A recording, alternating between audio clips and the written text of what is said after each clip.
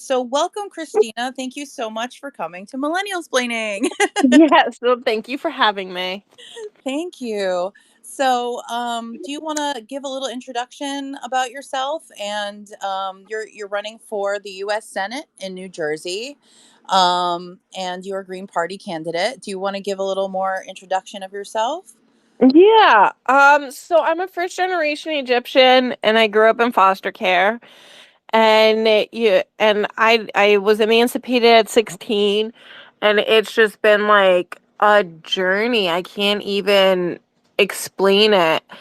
And I happened to, you know, to just finally get stability in my life, and the freedom that I feel and the safety that I feel, the moment I got that, I was just like, you know what? Like, I want everyone in the world to feel what I'm feeling. Because and I'm sure you understand when I say, and I'm sure many other people do understand when I say, like, when you're living and surviving, when you're not living, you're just surviving, and every day you're up and you're surviving, and the anxiety and the stress that it takes on a person is just astronomical. And the moment, like, it all, like, just vanished, it felt like 5,000 tons left me. And I'm able to focus on my health. I'm able to focus on, like, actual sleep. I'm able to focus, and and it's still like, it's not it like, my life isn't easy. Like, I'm risking it all. Like, if I've been threatened at my job, I've had emails sent to me by the state. Like, I can, like, lose it all and wind up back to where I'm going, but well, wind up backwards, like 50 steps back. But it's just like, I'd rather risk it all, because it's just, ha- if I could give this to one person, it was worth it. Like, I already know I could rebuild myself. If I fall, if I lose everything, I could always rebuild myself. But if I can help uplift at least one person through this entire candidacy, I would be so humbled and so thankful to give back to at least one person. But if I could get elected and I can help the entire world and this entire country, it would even mean a lot more to me. So it's just and I also, like, worked through the front lines during the entire COVID pandemic. And that was what really started catapulting me toward the US Senate, because it was a very specific reason on why I'm not going to a local election or through Congress or anything else, is because I want to take hold of that budget, and I want to be able to write policies, and I want to be able to have the power to audit people and making sure the money goes into the right spots. And I want to have international relationships and rebuild the trust internationally throughout the country and the state. So I just don't want to focus on one little state. I want to focus on everything at once. And when I was working front lines in the hospital, it wasn't about helping people at all. It was about how much money they could get from the insurance companies. And they were doubling up on beds. And then eventually they stopped doing the PCR tests, and they were doing rapid tests. And even when we were protesting against the administration and saying you can't do rapid because there's a 50% accuracy rate, we need PCR before we still double people up, or we're at high risk of putting people with COVID with people that have non-COVID. They didn't care, because they're like, we're going to get more money this way. And it was just, and we were like hoarding PPE, and it was just the wildest time I've ever, like, gone through, because it really drained me, and I was close to actually leaving the field of helping people and giving up on everything.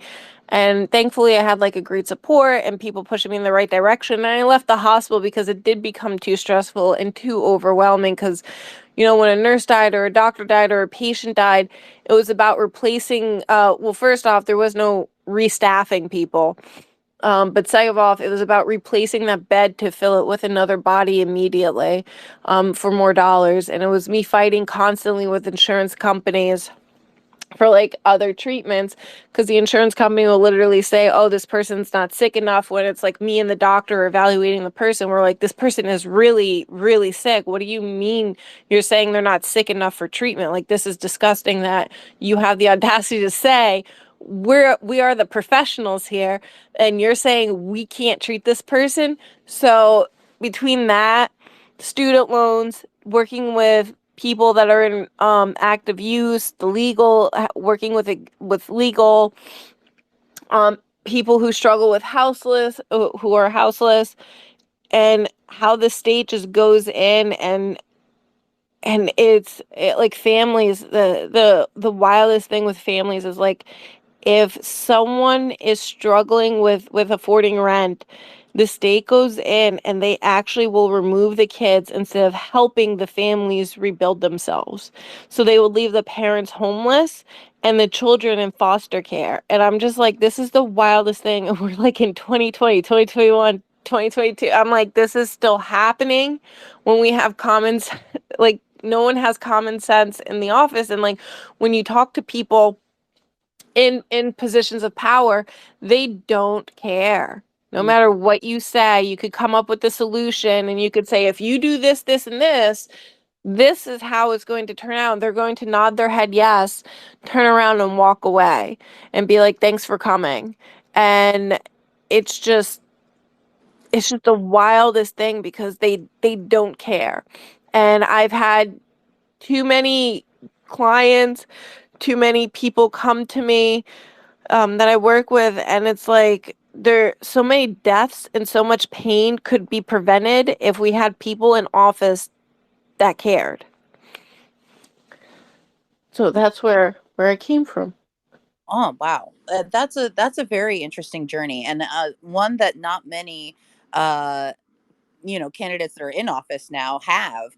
A lot of people who are in office have privileged backgrounds, and so it's really amazing that you shared that with us. I really appreciate it. I definitely have a couple of questions for you.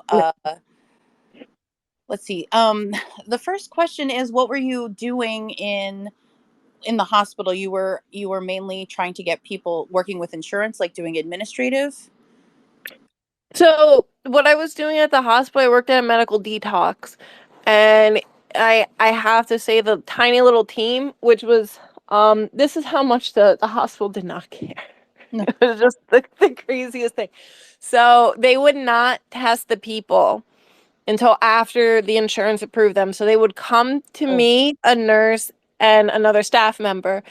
And I remember when they were determining if liquor stores were essential workplaces, and a lot of people they were mad at that.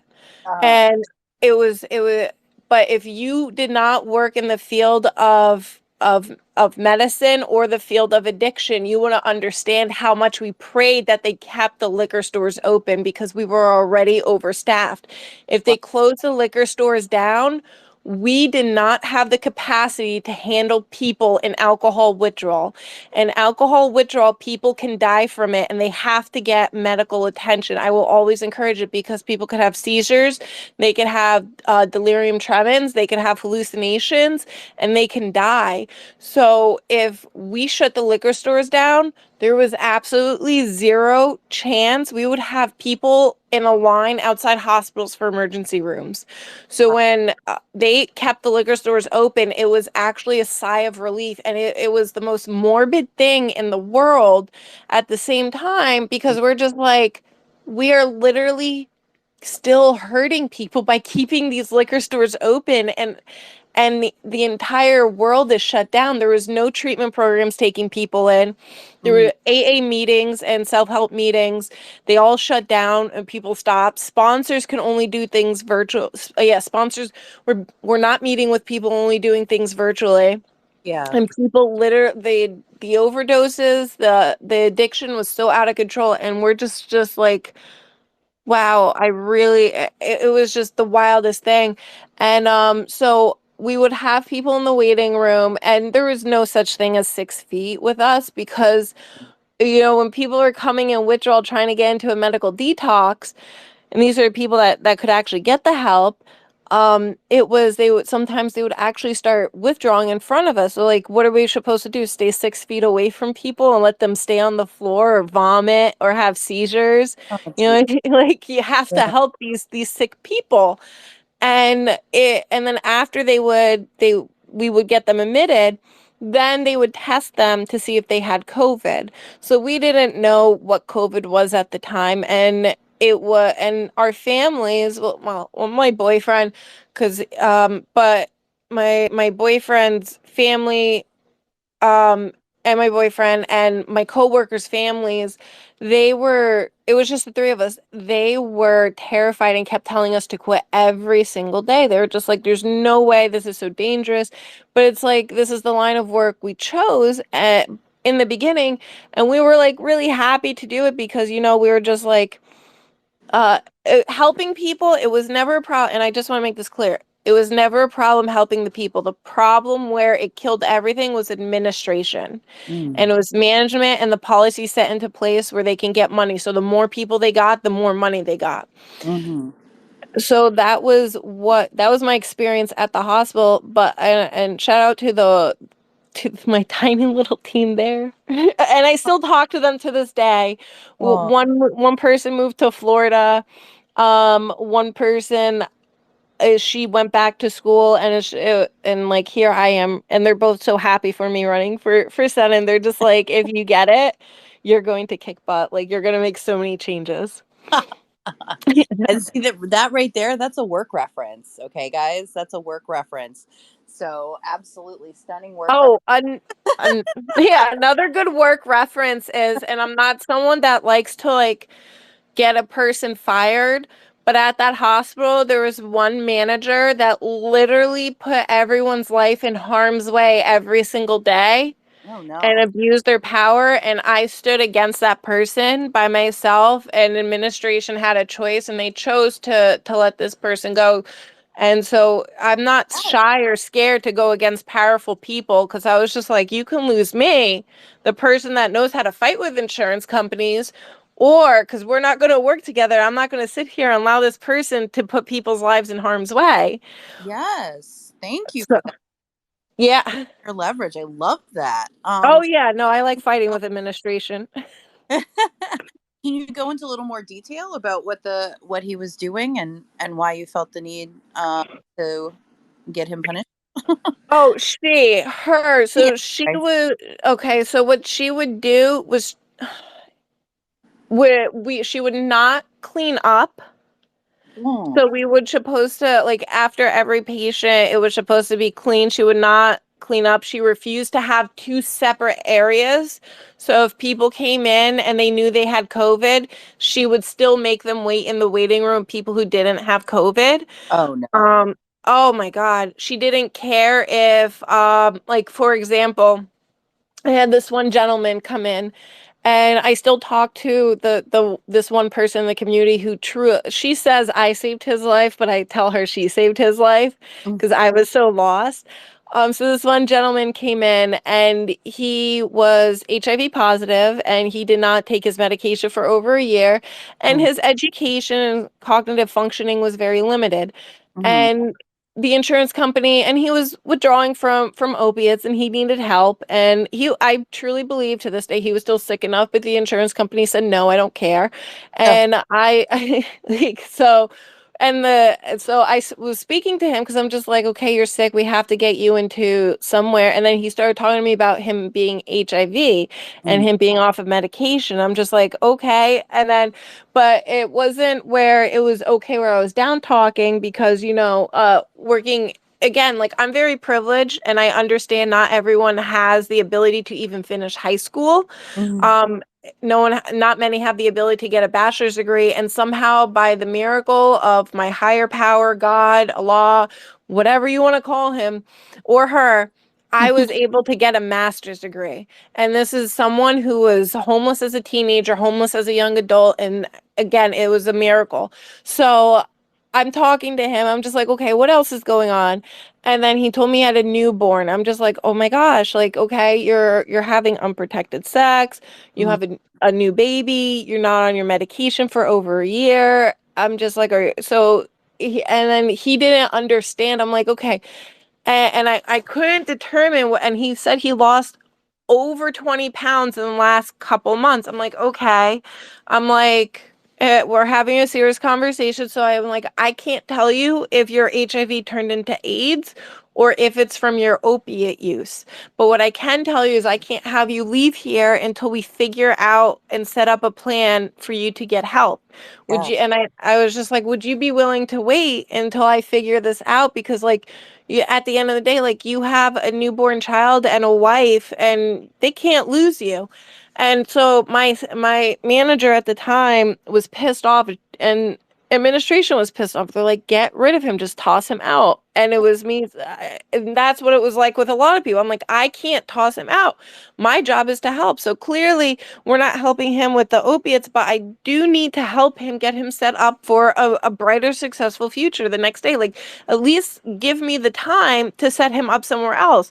So I'm working with him. I'm working with another patient, but then I kept hitting roadblocks because, believe it or not, and this was a learning experience for me, was even though I think if someone's off their HIV medication for that long and they have a viral infection like that, you Yeah. should be able to go to the emergency room, get tested, and be able to get back on your medication, and then have someone there create a follow-up appointment with a doctor within the community. Yeah. Turns out that's not the reality. They don't consider that all emergency rooms are only for life-threatening issues. Mm. So I called up my friend who works in the community. I was just like, I'm stumped. This is what's happening. And I'm literally at a loss and nobody wants to help me. Because and you know what? I'm working at a hospital. You'd think that they would be like, okay, to make Christina happy and to shut her up, let us work with this patient, get him stabilized, and then get him out of here so Christina's happy. They would, that's how stubborn they were. They would not even do that at that. And I'm at a hospital. They still wouldn't do that. Wow. So yeah. So my friend, she I don't know how this woman did it. She got him not only a ride, because she was able to, she's friends with a doctor at another hospital, and I won't say where or who it was because he wasn't supposed to do this. Sure. Um and he was just like, bring him over here. I'm going to have blood work drawn up on him. I'll get him stabilized on some medication, and then we'll set him up with an appointment within in the community and get him on his way. And we were able to get him transferred over there. And it's like just even crazy saying I can't even say where it was or the doctor because that wasn't an emergency. And he Right. was an ER doctor, and he's just like, I'm not supposed to do it. And like the fact he could get in trouble with administration, it's just like it's just so the hospital world is just out of control. So and then it was fighting where sometimes with administration where it was like I remember this one person came in and he spoke straight Spanish and I don't speak Spanish at all. Hmm. And I had to use a translator, and my supervisor was pissed off and was just like, oh no, just get him in the back, get him in the back. I'm like, I need to have a translator, and I need to make sure that I'm getting the right information, because what he was coming through was very serious, and he was showing signs of withdrawal. It turns out he was showing signs of an early sign, like of a heart attack. And I was just like, Jesus Christ. And I got a nurse immediately, Oh my and God. I'm just, yeah, and I'm just like, if I didn't use a translator and I listened to my administrator and just put him in the back, we could have given him the wrong medications and this man could have died and not returned back to his family. Like when a person dies in a hospital or in a rehab, like I'm not trying to go in front of the board of the state or anything to explain what I did or did wrong. Right. Um Of course. yeah, like I'm not risking my licenses. I'm not risking my anything and my reputation. And it's just so it was stuff like that, like these little things. And it it was just getting people to be treated like human beings. It was a constant fight instead of dollar signs. Mm. So stuff like that. And then she would start harassing not just me, other employees. And like if I remember I was on the phone one time with insurance companies, and she was just like, she came barging in while I'm like typing on the computer on the phone, and she was just like, keep your door open because it's weird that you have it shut. I'm like, I'm like, she was going through an episode. I'm like, it's not weird because there's noises out there. I need to share personal private client information, and we are supposed to keep the door shut so no one overhears we're breaking HIPAA if it's open. Are you kidding me? And she Wow. was like, yeah. And she was like, oh, I didn't think about it. Like, I'm just like, what is wrong with you? How are you a manager here? And like, you want people to, I'm like, no. And I shut the door. I'm like, I'm just like, this woman is out of control. So I I was, yeah, I think I it speaks asked. a lot to your character that you were willing to shut the door in her face, because you're doing it not just for yourself and your own comfort, but you're doing it to protect others. And that's what's Oh, beautiful. That's what is beautiful about the stories that you just told us, that you're always fighting for others. That's amazing.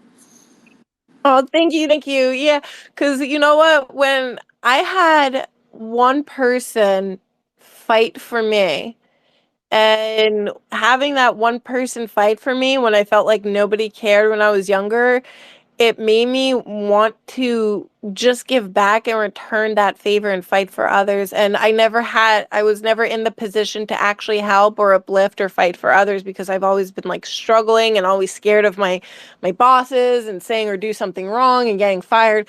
But like I'm at the point where I just don't care anymore. Like I'm just like Ah, F it. Like threaten me, fire me because my reputation within this field, like it's not going to be hard for me to get a job or even return to an old job. mhm. It's just the people that know me in this field, you either know me as a pain in the butt or an extremely hard worker. And the people who know me as a pain in the butt know that I've held them accountable and they don't like working with me because they're just like, she gets her work done, but she calls me out on everything. Yes. So, yes. So I have a good reputation. And even the people that say I'm a pain in the butt, if I call them up and say I want to come back and get a job, they're going to give me a job back. That's amazing. Yeah, because you're a hard worker and you know what you're talking about. And that's Yeah. days for sure. Thank you. Yeah, thank you. Let me also ask you, can you go into a little more detail about the person that helped you when you were younger and struggling? And you said also at the beginning of the conversation that you were living under so much stress. And I personally absolutely know what it feels like to live under the stress of poverty. It's crushing. But you said that you were able to sort of uplift yourself out of that. Can you talk a little bit more about your transition there? Oh gosh. You know, Go into details. It's I'm not trying to get personal if you don't want to, but so I know it's gonna come up in this, you know what, it might be 50-50. It might come up in this campaign or it might not. Um, but I have started talking to on a about it in a personal level, so like one on one I could talk to you about it. oh, okay, I It's still very what the biggest push is just very it's very traumatic, but it was such a looking back now, if it didn't happen that way, I don't think I would have been here today. sure. Um, but when I was when I was a teenager, You don't have to there be oh specific. wait, no, this part I'm very proud about.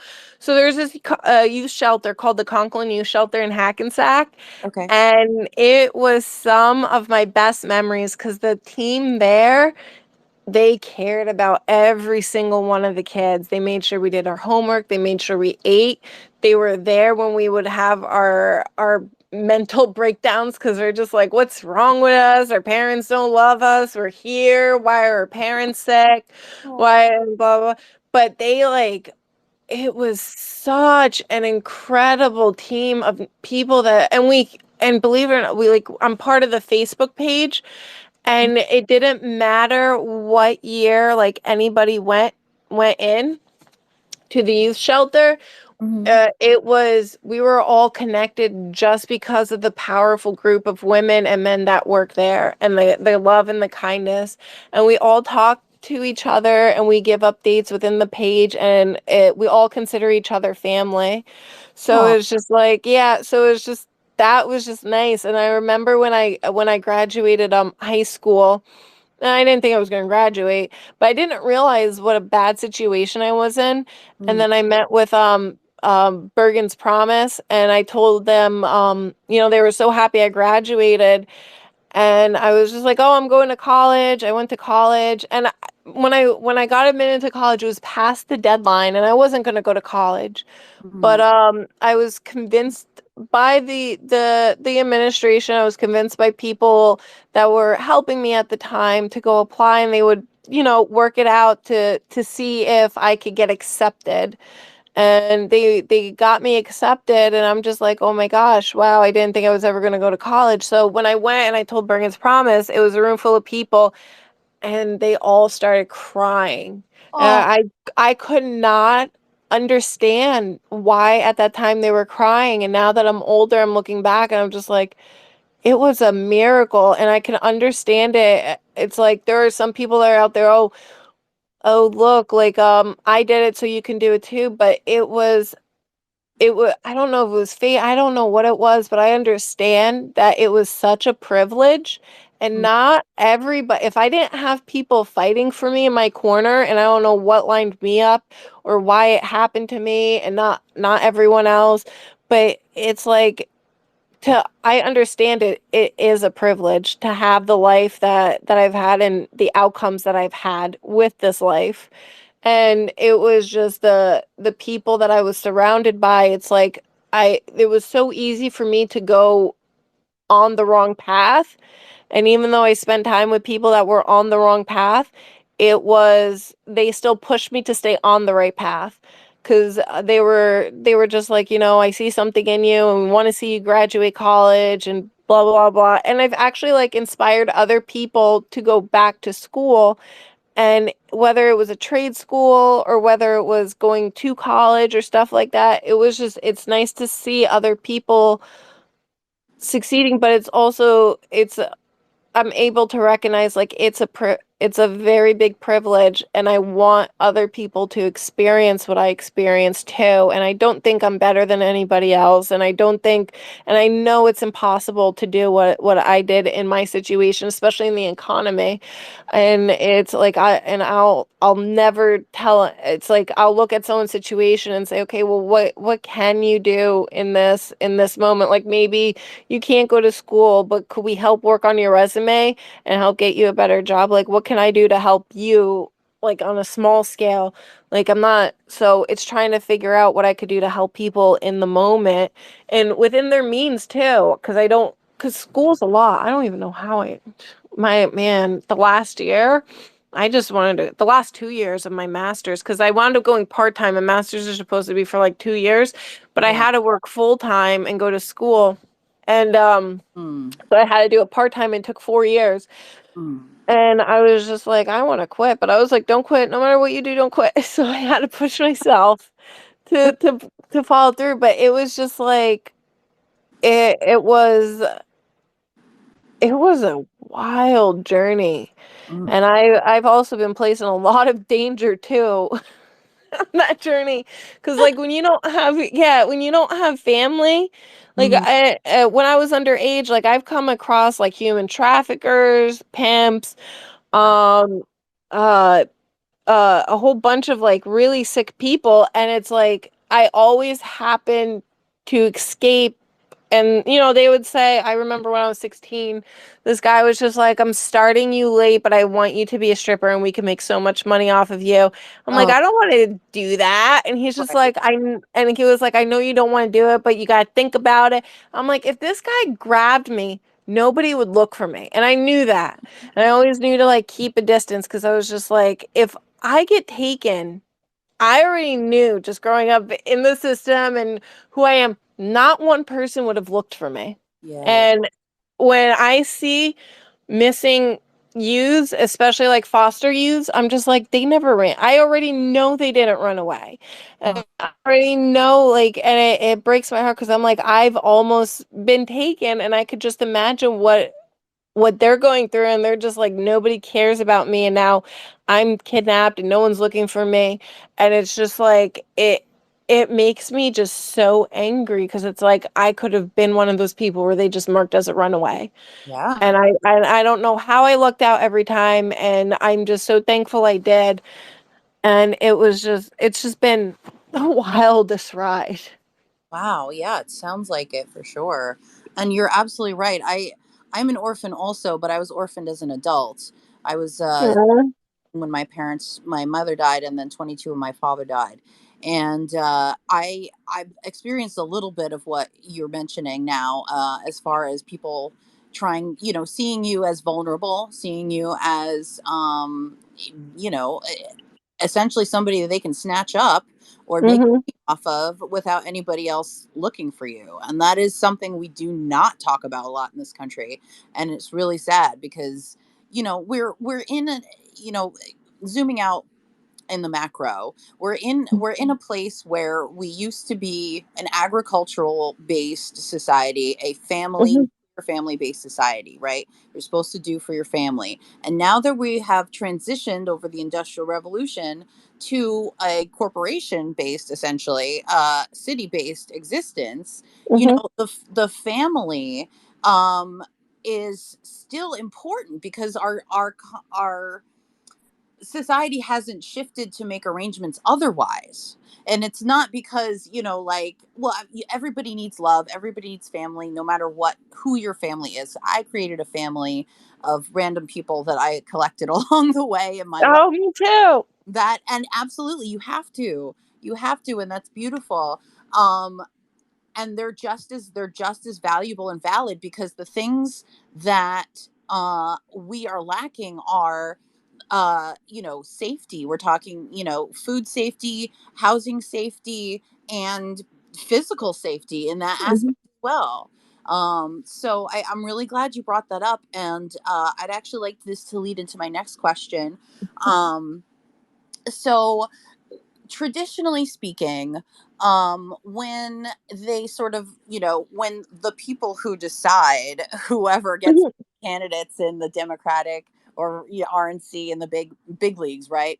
Like, they look at your past and they look at your stability, and they try to sort of, determine if you have skeletons in your closet and blah blah blah blah blah. So I want to know, from somebody who has a very different background, a very interesting and difficult background, and something that you're willing to speak about emotionally. I want you to tell me why that's a strength, because I definitely see it as a strength.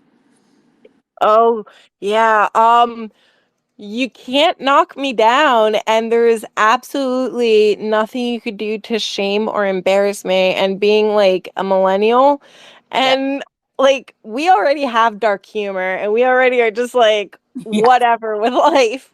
And then also, it's like I've already seen it as much as possible, and just working in this field, I've already been exposed to realize, oh my God, I'm really not alone. Everyone's going through it. It's different stories and different journeys, but we all know the pain. So I'm just like, what are they going to do? Are they going to like try and shame me for doing things I had to do to survive? Go right ahead, because so many other people can agree and understand what, people had to do what they had to do to survive. Are they going to shame me for I got arrested a couple times when I was a teenager, but I got arrested once as an adult. Are they going to shame me for that arrest? Because pull up the records, because we're going to have a fun journey and talk about the corruption of police with that one. So Yes. that's why I'm not going to go into that story, because I want them to bring it up. And it's going to highlight so much corruption. So Ooh, it's just like, when they bring that bring it up. up, come back on and we'll talk about it at length. That sounds very juicy. Oh my gosh, yeah. So I'm just like, what are they gonna do? Are they gonna say like, oh, what, like she worked two jobs, or she worked, I worked at a clothing store, and like it's just, what are they gonna do? What could they say? What could they do where it's just like I'm going to care? Right. Or like I've already gone through the worst, and it's like this campaign isn't about me, because like I'm okay. This campaign is to help everyone feel the way I'm feeling and get to where I'm at today. So if you attack me, you attack every citizen in this country that I'm helping. Yeah. What are you guys going to do? Like what like I'm okay. I don't care. Everyone that knows me knows like my good and my bad, and nobody cares. They're just like, okay, look at where you are today. You're an inspiration.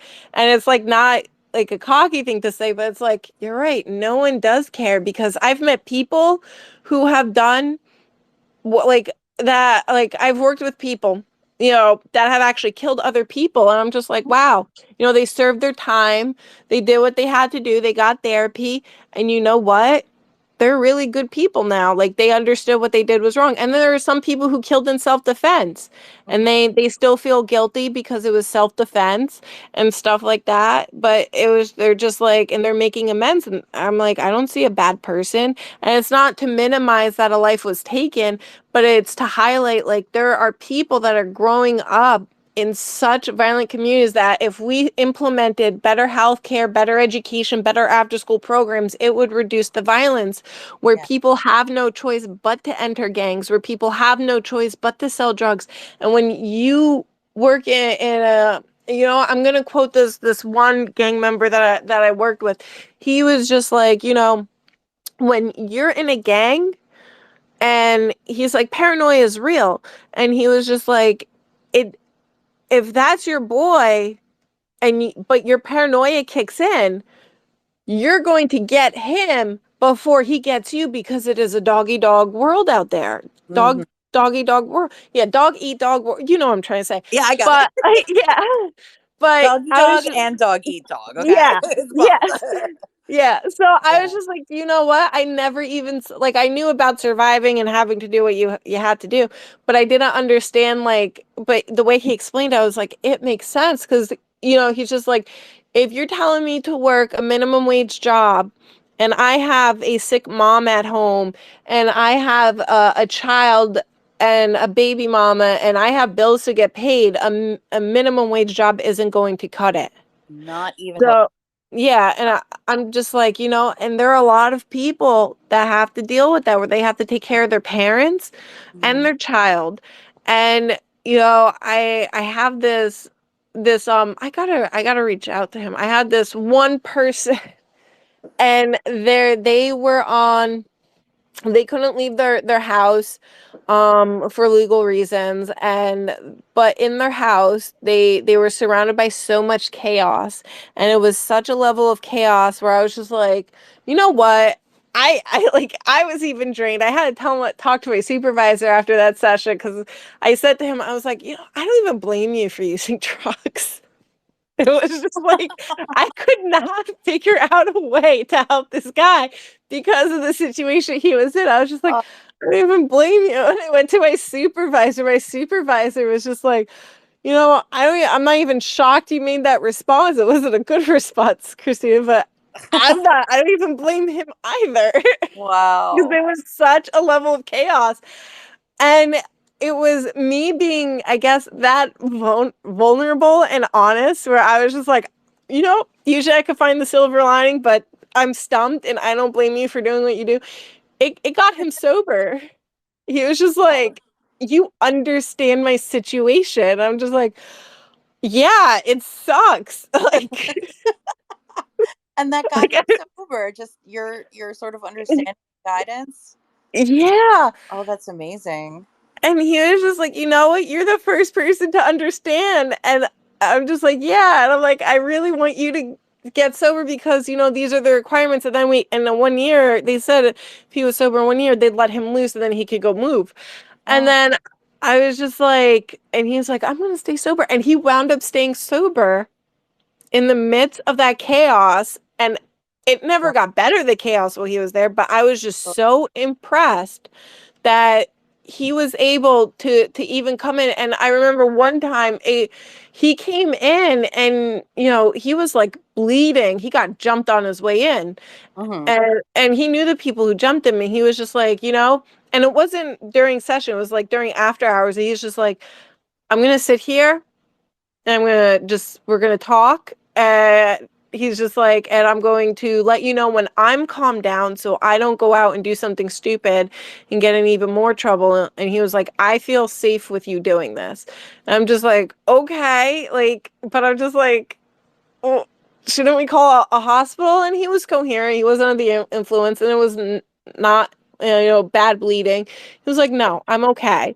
So Oh, I just got him a whole bunch of paper towels and band-aids, and I'm just like, I let my supervisor know, and he just to make sure like it was okay to not call the hospital, and he was just like, he just vented, and it oh, was just like, yeah, he felt so much better, and he went home, and he was like, I'm just gonna let it go, because he used to be involved in that lifestyle, and when a person leaves, unfortunately, sometimes they're it's better to just move very far away and not stay in the same town when you sure. leave that lifestyle. But Yeah, not everyone has the privilege to move far away. right. So he was just like, I left, and these were the consequences, and it was just like how he accepted it with his head held high, and he was just like afterwards, thank you, Oh, and he was able to stay sober. And like I would always like just talk to like my supervisor. I'm like, I don't know how he's staying sober. Like, just I don't know how, like, if he came in like with a positive one day or told me he relapsed, I'd be like, I understand completely. right. Oh Yeah. my gosh. That's amazing But that he was able to do that and that you were there to encourage him. That's fantastic. And it's so hard to talk about these kinds of issues, right? Like addiction, mental health, because they have such a terrible stigma, and people are just automatically like, "Oh, well, you're a layabout, no good nothing so and so if you do drugs and what have you." But as a medical marijuana user, I know that I have been illegal for most of my life, and all of a sudden Jersey decided to make it legal. And I'm not a different person. I was never a criminal. I I never yeah. hurt anyone. I just had to use it because I have PTSD, and that's it helps me regulate my system. And there are people that are relying on alcohol, on drugs, because they can't get safe. People don't understand that they cannot get safe, and that's how they feel safe for a minute, for 15 minutes, enough to fall asleep at night, right? Is that they have Hmm. to sort of mentally escape, because it's hard to describe for people who have never felt the pressure of food insecurity or homelessness. It is so hard to describe, like, the constant panic that you live under. Like, I have seen studies that relate it to the same amount of PTSD that you see soldiers coming back from war having. Oh yeah, it's 1000% the same level. Yes, absolutely. And if you think about it, like, pretty much it's at least half of this country, if not more than that, that Hmm. are feeling like this right now. Hmm. Absolutely. And when it comes, and and this is where it's also like a privilege, just being exposed to so much at a young age and as an early adult, and where I am at now. Mental health and substance abuse is not a conversation I shy away from. Mm, And I will say this, the strongest, kindest people in this country are the people that are in recovery, or even if they're actively abusing substances, or even if they're houseless on the street.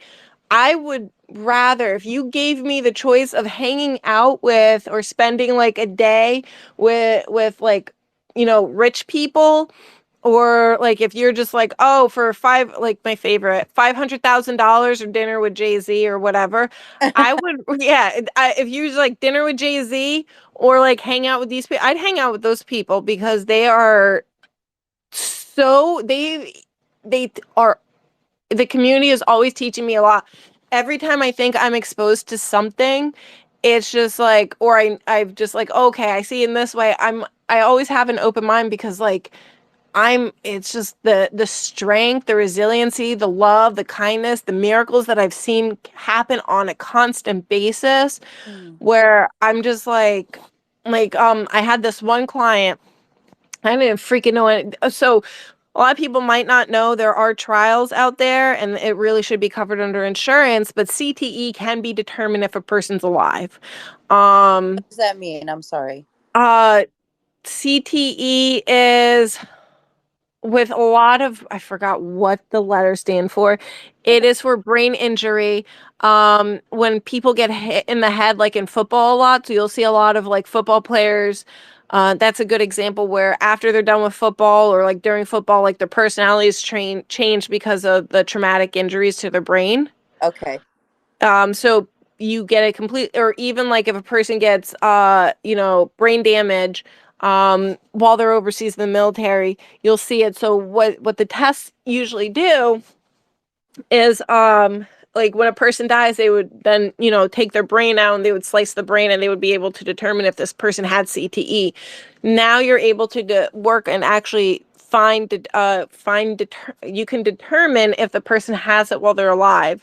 And honest to God, like I feel like a person with a severe case, you could kind of see it up front. You don't even need to get a medical evaluation. You're just like, this person clearly has it. This is their traumatic history with brain injury and whatnot.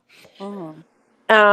So I worked with a guy and we worked with his neurologist and he actually had it. And I'm just like, okay, makes sense. And I learned so much because of that. And I learned actually that if you catch it at a good stage in the brain, you can do like exercises. Like you can't heal it completely to my knowledge, and this is what from the neurologist told me, but Hmm. you can't heal it, but we can work on it where the brain responds in a better way instead of just emotional outbursts. And so he was one of my favorite cases to work with. We actually, during our sessions, because I had to trigger him to get into emotional dysregulated state, Hmm. um, we would play the game of chess and just talk. And people that have severe CTE, multitasking and thinking, especially about like, if it's not about sports or something they like, if it's out, it will trigger them. So you could see how red in his face he would get. And he would just like be like, I can't do this. And just in the beginning, but over time, and we were doing this for months, it showed such improvement where I was just like, holy crap. Because I did a lot of research on this one. And I was just like, and they kept bringing up chess. I was like, I like chess, whatever. We'll see what happens. But it was the having the conversation with him, maintaining conversations with him, and getting him to keep playing because he would stop because his brain couldn't handle multitasking. So he would have a conversation, he would forget he was playing chess. I'm just like, hey, we got to play chess.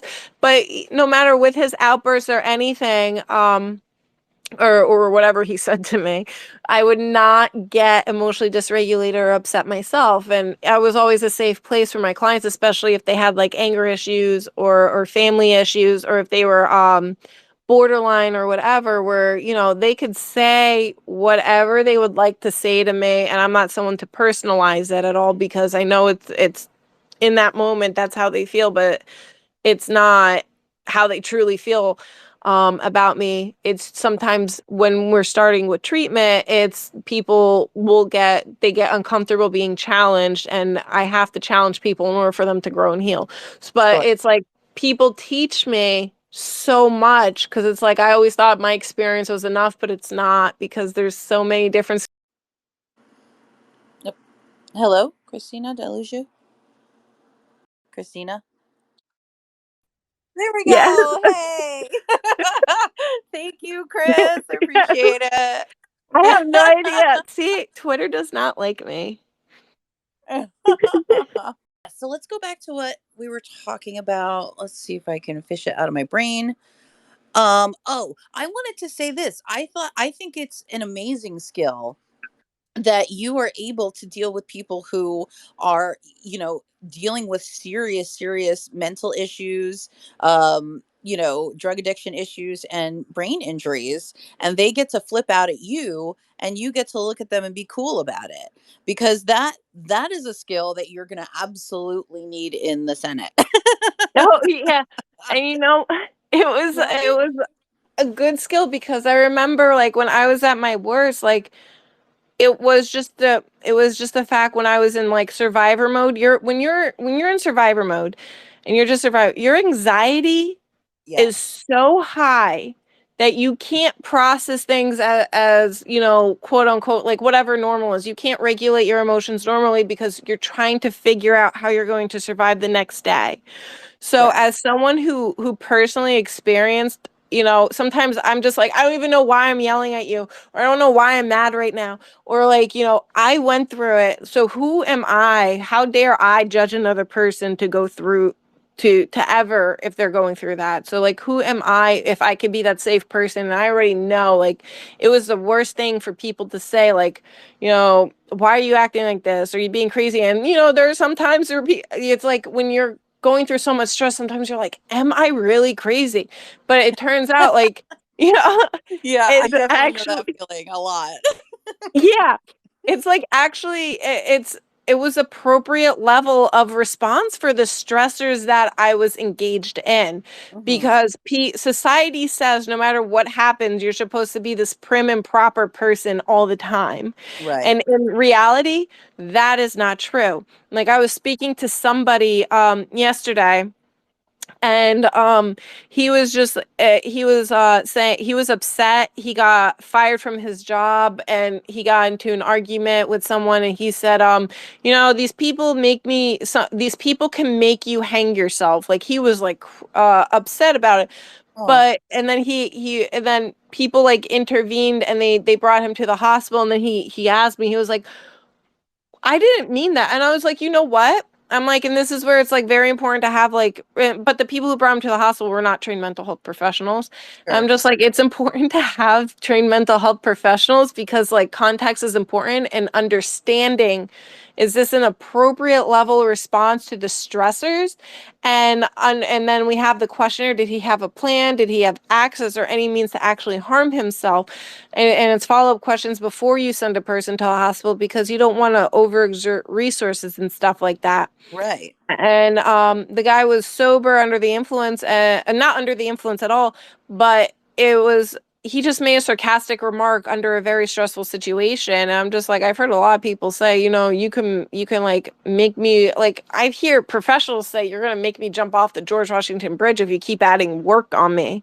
You know what I Right. mean? So I'm just like, am I supposed to? I'm like, these are mental health professionals. I'm like, they just happen to be millennials or Gen Z, and that's how people cope with very dark humor.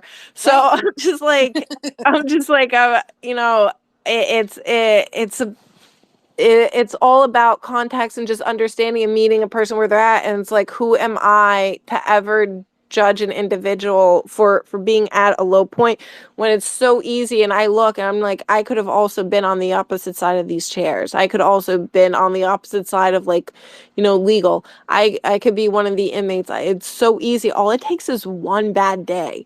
That's Yeah. all it takes. One bad day and one mistake, and it's like, and then you could just be in trouble.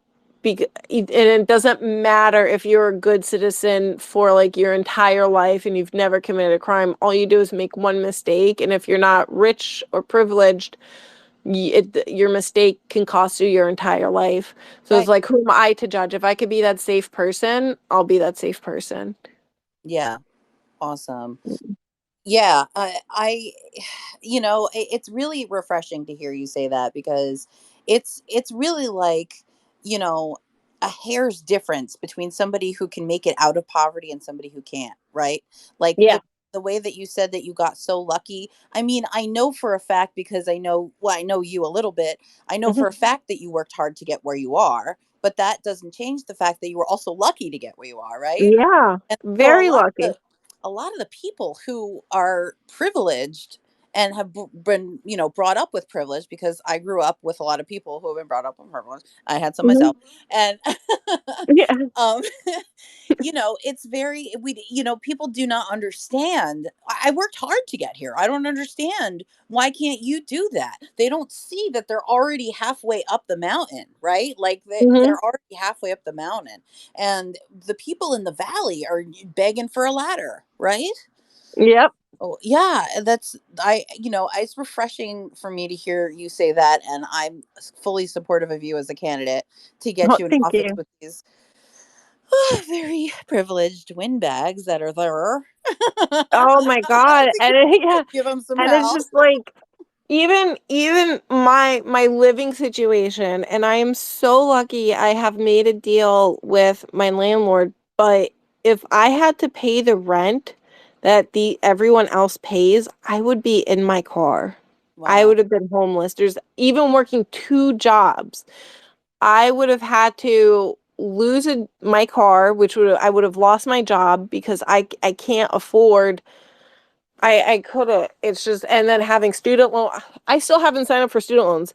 I work 2 jobs, and I'm just like I can't even afford student loans, and I'm just, but right now they're in a lawsuit. The entire system's like messed up. So it's just like, I know people are like, well, they can garnish your check and whatnot. I'm like, okay, when that, it probably won't happen for 2 years. So Yeah. let me like get through the election. And I'm just like, let me do one thing at a time. And I'm just like, you know what? And they're going to send me a letter threatening me before they actually garnish my check. And when I get that threat, then I'll sign up. I'm Yes. just like, yeah, until I'm Yes. threatened, like, and because of the lawsuit, there are a lot of people paying $0 on their student loans. So I'm just like I'm like I'm okay with the system being messed up right now. Yeah. Like I'm not. I'm really not in a rush. And I'm Yeah. sure they'll weaponize that when I go to like, what do you go? Oh, she's not paying her student loans. Oh my God, she can't afford that. We can't have her as a candidate. Oh I'm my just God. like, oh, you don't think millions of people relate to me? Go right ahead. Yes. Use Seriously, that I against have me. loans. I'm ducking too, 100%. Man, Yeah. okay. So first of all, let's highlight this talking point. You are a woman with 2 jobs that cannot afford her own apartment, even though you have a master's degree. Let's, Yep. And yes. I got 2 licenses. I'm working on a 3rd license, Wow.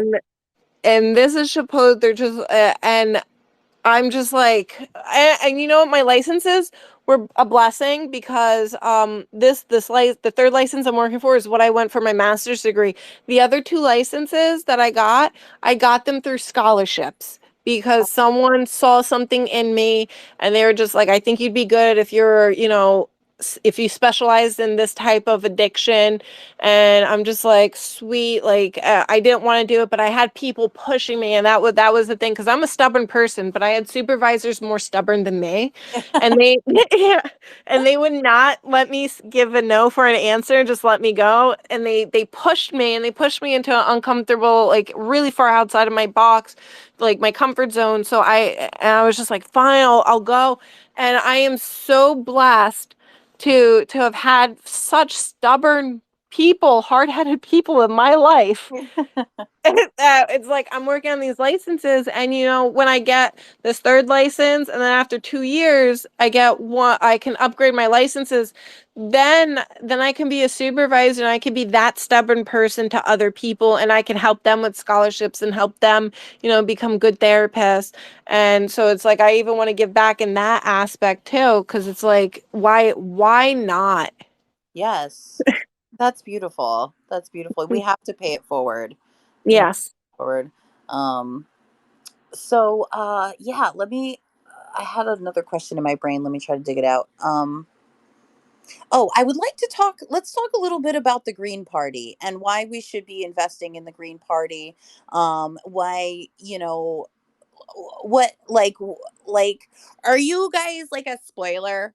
Like, aren't No. you guys just like Trump supporters in disguise? No. Debate Yeah. it. Yeah. Go. The real Trump supporters is the Democrats. You Yes. can't copy and paste his policies and say you don't like Trump when you exacerbate the current. Oh my God. Yeah. So, Yes. Exacerbate the yes. Yes. be right. But the Green Party is the party for the people. And what I love about it, because I did my research, and when I started running this campaign, I started running as a Democrat. Okay. And then I spoke to another person in office, and I'm not going to say his name, even though like he deserves to be called out.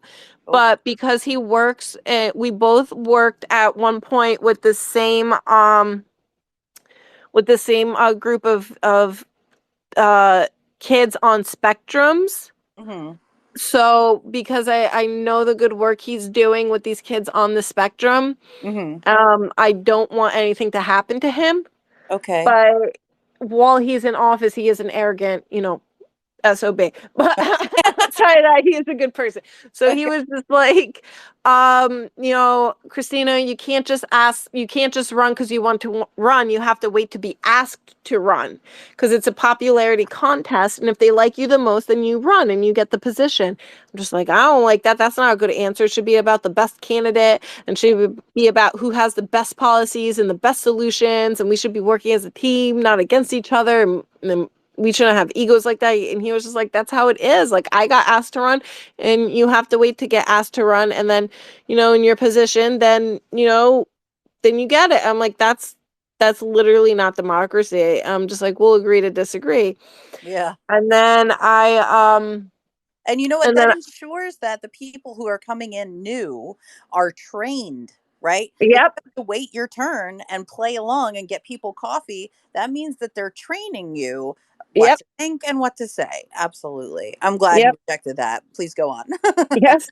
And then I went to the New Jersey Democratic Party committee and I spoke to a few people and then they and I have it in text and I've shared it with people in text that they said to me that they're going to support Menendez no matter what because that's their friend even though he was on his second federal trial and whatnot. Oh my God. And I'm just like, you guys already like said that out loud. And like I'm just like, oh, come on. And they're like, we love your progressive policies, but it's just not gonna fly with us because he doesn't support it and that's our friend. And then Wow. in the June election, they separated progressive Democrats from the corporate Democrats and I share this tweet a lot because it was the actual picture of the ballot on the ballot, and in they put two different boxes. You're either voting for the progressive Dems, the entire group of them, not individual candidates. And this is why ranked choice voting is very important, or you're voting for the corporate Dems, and it was a group of them. So a bunch of names, but only one checkbox. Wow. That is not okay. No, it's not. I'll send you the picture after. And Yeah. then but what they did with when they separated like that and they clunked everyone together, if you voted for the progressive Dems, there'd be so many seats left empty. Wow. So it forced a bunch of people to vote for the corporate Dems because then it would fill all the seats. Oh my God. Yeah, and then New Jersey, when they called it out, the progressive Democrats in New Jersey, the response was, well, you could have seen the ballot. You had 24 hours to review the ballot before the election, and I'm just like, But wait a second. thanks a lot. Yeah, I'm just like, wait a second, because in 24 hours, like the ballot still wasn't going to be good, but you're not going to cancel the voting or the election and redo the entire ballot. Like Right. you're just not going to do that. Like the logic isn't there. Right. So they wouldn't take any accountability. And then I get a phone call from my old manager. She was begging me to quit. And I'm just like, this doesn't make any sense that you're just begging me to quit. And she was like having a panic attack on the phone. I'm like, look, I'm just like, I'm gonna I'm gonna keep running. And then she was like, well, I can't help you. I'm like, that's okay. That's okay that you can't help me. Yeah. And I was like, thank I'll you be so yeah. And I was just like, I was like, thank you so much for getting me as far as I got. And I'm just like, and I truly appreciate it. And then I spoke to Renee from the Green Party Mhm. and I told her, I was like, I'll probably wind up, I'm like, I think I might wind up dropping out because I don't know what else to do. Mhm. Um, but I'm just like, the Democrats are not the way. They're so corrupted in New Jersey and they're in bed with the Republicans. Yes. And yeah. And I was just like, there's nothing I can do because they push out progressive Democrats so hard. And she was just like, "Oh, let's meet for the Green Party and stuff like that." And she was telling me about the Green Party, and she was like, "Your ideologies match." I'm like, "Okay." So then I met with Diane Moxley from the Green Party, and I laid out my platform and what I wanted. She's like, "It lines up with the Green Party, Christina." And then I got, yeah, and then I got interviewed for the actual Senate position, and I got endorsed, and I'm the candidate. And I had to sign a contract, and this is where it was like really, really, really different, where I had to agree to never accept PAC, corporate, or mega donor monies, because when you accept those dollars, you have to work for the corporations that are funding you for your election. You cannot work for the people. So Right. the Green Party is the only party out there for the people, because we have to hold each other accountable. So when the goal is to win, when I win in 2024, and if I start accepting, corporate or PAC or mega donor money, like large money, I first off have to explain where the money's coming from, because I'm going to always be vetted and audited and stuff like that. But breaking that contract, they're going to say, okay, we cannot support you as a candidate anymore, and they're going to replace me and say we're no longer supporting, Christina as a candidate, and they're going to put me on blast, and they'll find a new candidate to run against me. Mm. So then, being in office as a Green Party, the Democrats and Republicans are going to hate my guts anyway. Right. So it's like, why would I make an enemy out of three parties? So it's like but it's like we're held to a strict T, we are the party of human decency, of humanity, and we don't view people as dollars. We view people as human beings. And I met with someone from the Democratic Party not too long ago, and I actually I got lectured for doing that, but but You because consorted with the enemy, is that it? yeah, because I was just like, oh, maybe I could get, because, we both had our own views on it. And it was how it was like the person, messaged me, it was like, we have to meet. I'm like, okay, where's the location? They're like, Christina, you never meet anyone that messages you, we have to meet at a location, especially a man. And I'm just like, no, you are right. But I'm just like, I think, like, in my head, I'm thinking, okay, I'm getting this person over on my side, but in their head, they were trying to get me on their side. And Right. it was like a good discussion, but it turned into a little debate, because I would not dismiss my principles. I'm just like, I love these ideologies that you're presenting to me, but I'm like, how can we make sure at the end of the day that if I'm going to Elizabeth, New Jersey, or if we're presenting this, that people with the lowest education possible, that I have, 43-year-old adults that do not know how to read and write, and they don't know English, but they only speak Spanish, and they only know how to work, and they get taken advantage of from their job. How can I make sure that they have the same opportunities as you and me right now? Like, Hmm. with the idea, I'm like, how can I make sure that every child in these impoverished communities, in these industrialized communities, how can I make sure they're not exposed to cancers or chemicals?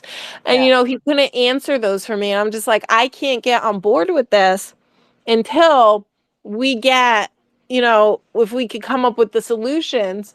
And then it was just, even we spoke about international, and like having, the idea of like, we want to build this stuff, and because part of the reparations is, you know, we agree on, we have to rebuild, and we have to create infrastructure for Palestine so they can be independent, and remove, US military from a lot of countries, and remove sanctions from a lot of countries. Hmm. But like for Palestine in general, it's like infrastructure has, that would be part of the reparations plan for Palestine, 1000%. And then helping them, not interfere with their elections, let them, whoever they want in power and governor, to govern them, let them create their own, guide them, make sure that it's ethical, but let them function as their own independent state, Hmm. um and respect it. But it was like, it got into a little debate where it's like, I love these ideas, but are the people in the community going to have a say to this? Is Hmm. this going to be a livable wage? Are we going to make sure that there are no chemicals being leaked out? Are we going to make sure that they are well taken care of and not treated as slaves? And Hmm. it was like he was just and the person was like, those are good points, and they didn't like disagree, but it's like, why when we come up with, and it's not just toward the individual, but it's just toward a bigger picture, why aren't these little aspects being talked about in policies? Right. Why is it always the fossil fuel making the last decision, and we're not discussing to make sure that the person, because the most vulnerable communities is the disability community, and I'll debate that with anybody because yeah, because and I totally get it. And the most vulnerable people of the disability community are the people of color that have disabilities that are on the lower end of the spectrum that Yeah. cannot function. Yes. So that is, and how can I make sure that though that community is the safest how can we together make sure that they're safe, because they do not have a voice a lot of they don't know how to protect themselves, and people do harm them. So Mm-hmm. how do if I'm going to support your ideologies, how can we work together to help them? And the person didn't have a lot of the answers. And I'm just like, we would have to reconvene. Like, I'm not against joining forces, but it would have to be on my terms to make sure that the people are well taken care of. Because if we can't protect the most vulnerable, I can't get on board, because then I'm wasting my time and I'm just like everyone else. And that's something I couldn't sleep good at night, because I've worked with people with disabilities, and like I have three weaknesses. I have the elderly, people with disabilities, and animals. And that's those are my three, where I would go 0 to 100 and slap someone if they did something wrong. And so it's like to one of those communities. So it's just like, I already know, like, if I can't protect all those communities, I can't engage in it. Because like, if we're going to like work on taking care of them, how do I make sure that the animals in the ecosystem are not going to be harmed? Like, I don't want an animal having cancer because of something we did, Right. or get a disease, or get sick or whatever. Like, I don't want an animal dying because of us, you Right. know so, or a kid or an elderly person. And those are also the three top communities that are the most neglected. Kids are just like, they won't remember anything. Who cares? You could make another one. I know that sounds morbid, but that's like literally how our political leaders think. Like, kids are replaceable. The Sure. elderly, oh, they can't work anymore. And same with the disability, those with disabilities, they can't work, they can't provide for the economy, they're completely useless, let's toss them to the side, let them die.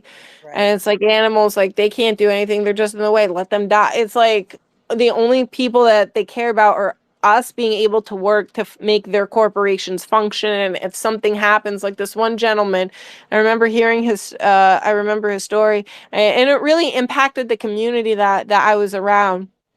He asked for, this man was, the breadwinner in his family, and he had three kids and a wife, and the wife had to stay home with the kids, because there was the kids needed the mom at home. And he was having problems, and he requested time off. He was like, I think I need to rest. And this was like, around the COVID time, where he was like working 24/7. And I know the job he was at, it was 6 days a week, 10 to 11 hours straight labor days. So that takes a toll on the body. Yes.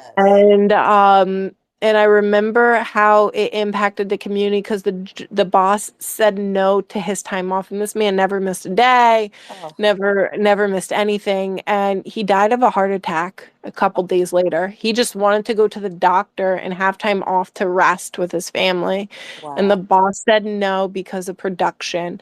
And that boss lives, and you know what, good, I'm happy that haunts the boss every day, because you literally put profits over a person in that aspect. But it's like, now Yeah. you have three kids and a wife that you keep, like, and this is the one thing administration does not understand: family is irreplaceable.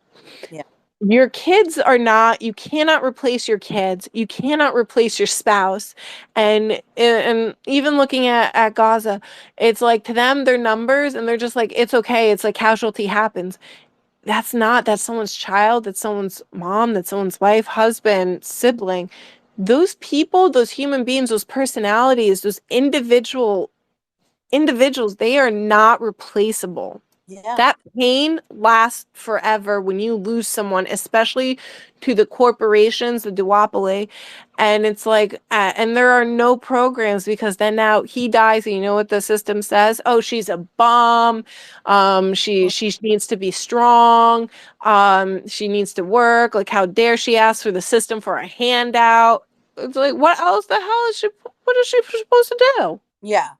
Yeah. Like, she needs the handout. Absolutely. That's what people don't understand, the connection between losing a worker in your family and poverty, right? Like Hmm. if you want to treat the entire population of this country as workers and give them no value if they are not a worker in the traditional sense, right? Then Hmm. then that does not account for literally over half of the population. Yep. The Yeah, I believe I would have to look at the numbers again, but I believe that it's only like 40% of the population that are working. And the rest of us are just are living in and around and supporting those people. And it's really it sickens me every time when people disregard that labor also. You know what I'm saying? Because it's Mhm. like even if you're old and sick and you're my dad and you're living with me, let's say, you're still like doing the dishes, you're still like taking care of my kid, you're still part of Yep. my family. You're still doing things to keep me able to work, because when you work 8 hours a day, you do not have time to come home and clean, you do not have time to take Yep. care of anyone else, even though most people have to. Yep. So yeah, I mean, it makes it's poor management as well as inhuman, right? It is poor management, because what happens to those people when you lose that worker, when you work that worker too hard, when you work that worker to death, those people then Mhm. fall back on the system. And you are the ones complaining that you have to take care of those people now. Well, okay, but you killed their dad. So Yep. thanks for that. And and it's like, and honestly, like, people who I'd rather my tax dollars, and I'd rather that this money, instead of going to war overseas, I'd rather this money go to people that just can't work. Yes. That give them a livable monthly income. Let them, because like, oh, one of my, there are quite a few favorite examples, but my favorite is like, the pro-lifers, when they're just like, oh, every child's beautiful and blah blah blah blah blah, you don't want to like terminate. Okay, Mhm. it's up to the individual. But then, like, the families, they have kids with disabilities, and sometimes these disabilities are so severe that it requires 24-hour care. Right. And a lot of the times, and I will never ever judge another human being, a lot of times it gets to the point where they're asking these parents to work so many jobs, and then they have to come home to take care of their kids, and it's 24-hour care. So like, you got someone working in the AM, then you got someone working in the PM, and it gets to the point for a lot of these families that they actually have to sign their rights away to the state so their kid can get the best care possible, because they're just so beat up and burnt out. And then society shames them to say, how dare you not give up your life or sacrifice your life? But it's like, and I always say to people, I'd rather the parent be 100% healthy and functioning and they could go visit their kid than those parents have an early death. And then, God forbid, that child is alone in that house, and then we don't know what happens to them. They could vanish. Yeah. Or you find that kid and it's like on the verge of too late, or something bad is happening to them. So when a lot of people don't realize, when you take care of people that have disabilities, the caretakers are looking at an earlier grave. Yeah. Their life expectancy has dropped significantly because they're not able to go to the doctors themselves. They're not able to make sure that they're eating. They're running on burnout. They can't take care of themselves. They're not getting enough rest. Mhm. So I'd rather, and there are some people that have signed away their parental rights, and they're just like, did I do the right thing? Am I good? It's like, if you really feel, and I'm never going to like say they're wrong. It's like, this is what you feel. Like, you're 100% right. Like, Yeah. you were not attentive to your kid because of your burnout level, and after doing this for years, or even spouses too. Mhm. It's like, sometimes spouses, one gets into an accident, and then, but with an older person, it's much easier to get them into a home and say, like, I can't do this anymore. It's to have someone, a nurse, come in and help. It's much easier. But for a kid, it's like they say you're supposed to work until you die for that kid with disabilities. And I'd rather that parent be alive to visit their kid every year and have a long life expectancy, because one of the worst things to do is actually try and explain to that individual with disabilities, depending on the spectrum, is that their parents never going to come see them again because they died. Right. And I'm someone that's used to death. I've been surrounded by a lot of death, Yeah. and when it comes to innocent people, like kids or those with cognitive impairments, Hmm. that's a hard conversation to have, because it's like you're trying your best to explain it to them, and they just don't grasp it. Hmm. And it's like, I'd rather never have this conversation. And your parents are like 120 years old, and like you're like 90. I'd rather them live for as long as possible, and Yeah. then just have you. And if I could, if I could ever avoid this conversation, I would choose it to do that. But it's like, the way our administration, like, because you know what it is. It's like, to see when a lot of times when they do grasp it, you see, like, so, because it's like the community is very innocent and pure, and when they do grasp it, it's like you. I hate to say this, like you kicked a puppy or a baby Oh, when when you share that information, because it's like, oh my God, like, it's like you were the bearer of the worst news possible, and now this person, like, is just in so much pain, and you want to take that pain away from them. And it's like, oh my God, like what do you do in that situation? Because you're like, they only want their parents, and then, it's just it's a horrible rabbit hole. But yeah. if I could just, like, prevent that from happening, I would love to do that. So I can never judge a parent for doing that. I can't judge a partner for doing that.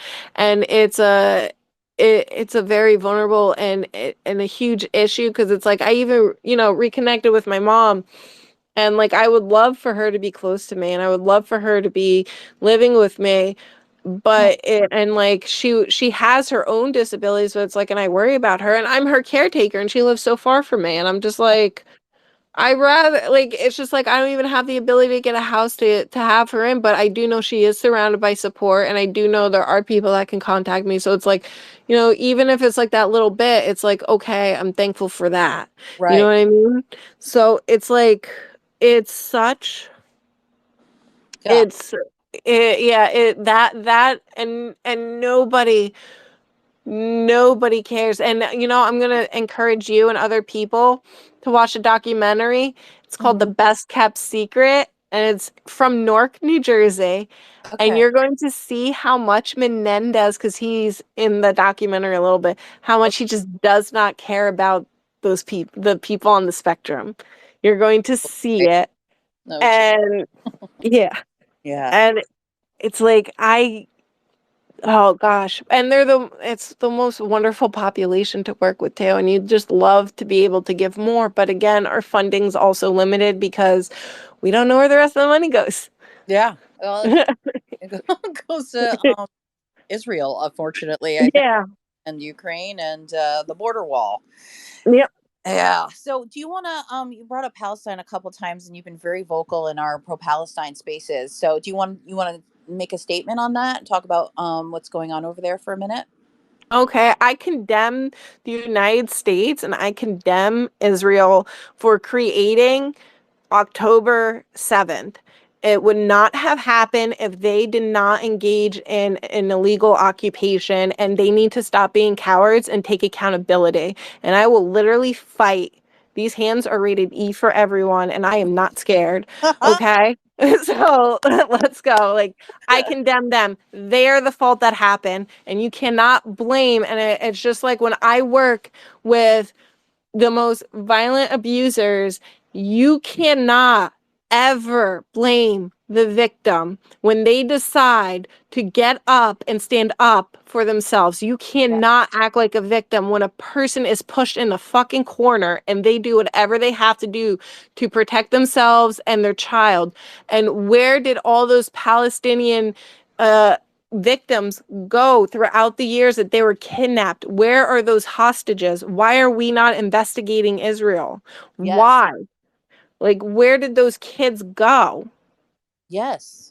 So I have a million questions because at the end of the day, look, I'm not a parent of myself, but I treat my friends' kids like they're my own, and I know every parent, if they had to shoot the president to save their kid, they would shoot the president to save their kid. Mm-hmm. So that is what every father and mother will do to protect their child. So you cannot, they only, October 7th only happened because they wanted to do hostage exchange and get their family members back in Palestine. And That's then you are harming and you are killing and you are kidnapping and raping innocent Palestinian children, women and adults, and stripping them naked for what? For what? yeah. For oil that doesn't even belong to you? Yeah. Yeah. Well said. Wow. Well said. That's going to be its own clip right there. Oh, thank you. Well said for sure. And I 100% agree. Obviously, I mean, we've talked about it before, but yes, absolutely. And it sickens me that we are funding it. It It's really is. funding it. Yeah. And So I'm not even against the two state or the one state. I want the Jewish people that are being harmed under the Israeli occupation, and I want the Palestinian people being harmed under the Israeli occupation to come together and make their determination, because their voices and their rights have been stripped from them for yes, so long that I have no problem stepping away and letting them, both communities, decide what they feel is best. And if they say two states are best, then you know what? I'll support the two states. If they both say one state is best, then I'll support the one state. But it's whatever the Jewish community and the Palestinian community want to engage in, and giving their voices back. And that's the best solution. And working with victims and working with, just the community and recovery, victims of sex trafficking, and victims of police brutality. The moment you give them their voice back, and let them have any sort of determination in their future, that's when the healing begins. yes, And removing the power from the overseeing power. And a good example of that is, and I know it's a micro example, but it's a great example. I okay, had this one young lady, lived the lifestyle, got arrested, and I she the judge was a racist a-hole, mm, and he wanted to put her in jail for 60 or 9, I forgot how many days. Oh, a little. She didn't, first off, she didn't even need to go to jail at all. Okay, it was mm, just a dumb reason. So the lawyer couldn't do anything, and she was just so scared. And the judge really pissed me off with this, that I actually challenged the judge. And and nobody would challenge that judge because he was like in there for so many years, and they're like, "Oh, he's this judge. You gotta get on his good side." I'm like, "No, fuck him for what he's doing." yeah, Just like, I was just like, we might both be in contempt of court, but at least you won't be in jail together, and I'm okay with being in jail. So I'm just like, it'd be 1 or 2 nights. We got this. And so I challenged the judge. I was 6 hours away, so I'm like, if he put me into contempt, I would get arrested by the local police, and then I would get extradited. Whatever. I'll do the whole thing. I'll drive the 6 hours. We'll have fun with this. And I was like, I have no idea how this is gonna turn out, but I was like, just go with me, because she was crying. It's like this young 19-year-old girl who did not have a stable environment growing up, and it was the system was just already against her from the beginning.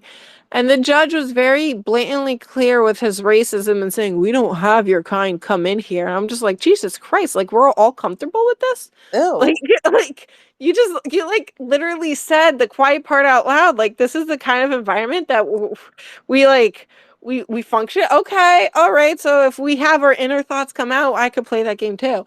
So I called him out on everything. And you know what? He did not like me, but I think he respected it, and he Good. dropped the warrant and said she's not going to go to jail, and that he never wanted to talk to me. I'm just like, okay, I can agree to that, but Good for but it shouldn't. you. Yeah, it shouldn't have gotten that far because it's like we shouldn't even have judges like that.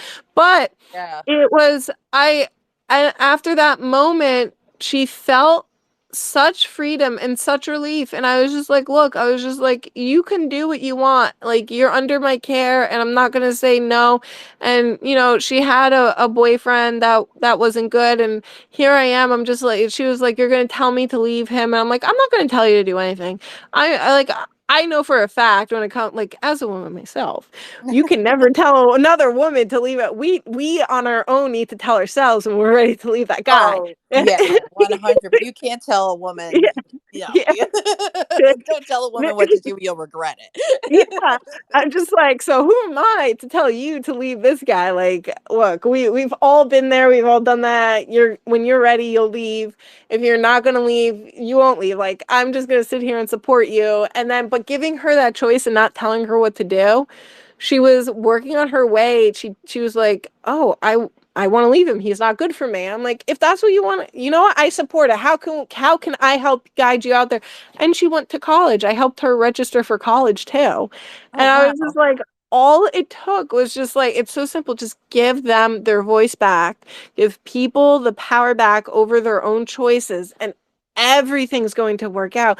And Yeah, that's where the community is. Invest in the community. And then you're going to see a reduction in crime, recidivism, drug use, overdoses, drug deals. You're going to see such a reduction in that. Give people the power and the voice and yes. invest in that. And you're going to see how everything fixes itself. It's Yeah, such a common, and there's so much research to back it up. There's so many experiments. There's so much documentation. Like, there's qualitative, quantitative stuff. Like, it's just all out there. It's all backed up. Science says this works. yeah, So, and that's how I work with a lot of my clients, even the mandated ones where they're just like, I'm mad. I don't want to be here. I'm like, okay, you're mad. You don't want to be here. We don't have to talk. And then they're just like, well, I do want to talk about this. I'm like, okay, well then talk about this. Like, yeah, so it's like give the people in Palestine and the victims in Israel the voice, not the Zionists. Remove the Zionists and let the Jewish community and the Muslim community and the Christian community in Palestine, Israel come together and say, this is how we want to move forward. And whatever yeah, they want to say and whatever they want to do, then we support it. But who are we to say this is what has to happen in this community right, or this culture or this land? It's not ours because at the end of the day, we never created this world. Something above us created this world. We never created the land. We were born on a free planet that people are charging us to live on. right, And who are we to determine and intervene and go overseas and say, this is what you guys have to do? yeah, It's not my place to determine. I will never go into someone's house and say, this is what you guys have to do. I would never tell another family how to live or even how to raise their child. Like, obviously, if there's abuse, intervene. But it's like, if you want to pray 5 times a day, you want to not pray, you want to, like, you know, cook for 12 hours, whatever you want to do within like a healthy means, like you're going to do that. Who am I to say you're wrong? right, yeah. Yeah. Well, I will say this quickly, and then we can move on to a different topic if you want to. But I definitely believe that, like the pro life propaganda that you were talking about earlier, Hmm. uh, religion in this conflict is actually a distraction from what's really going on, right? I mean, it's not about Jewish people saying, I don't want you practicing in my area because your religion Hmm. offends me. It's Netanyahu and his supporters saying, we want your land, we want your resources, we want you Yep. to give us your labor and for us to be able to profit off of your suffering. Yep. And 1000%. we right? And then America is ready to, take a little bit off the top. We're ready to fund that for our return on investment, right? Like Yep. that's where we're going. And it just And it it's drives me it's nuts.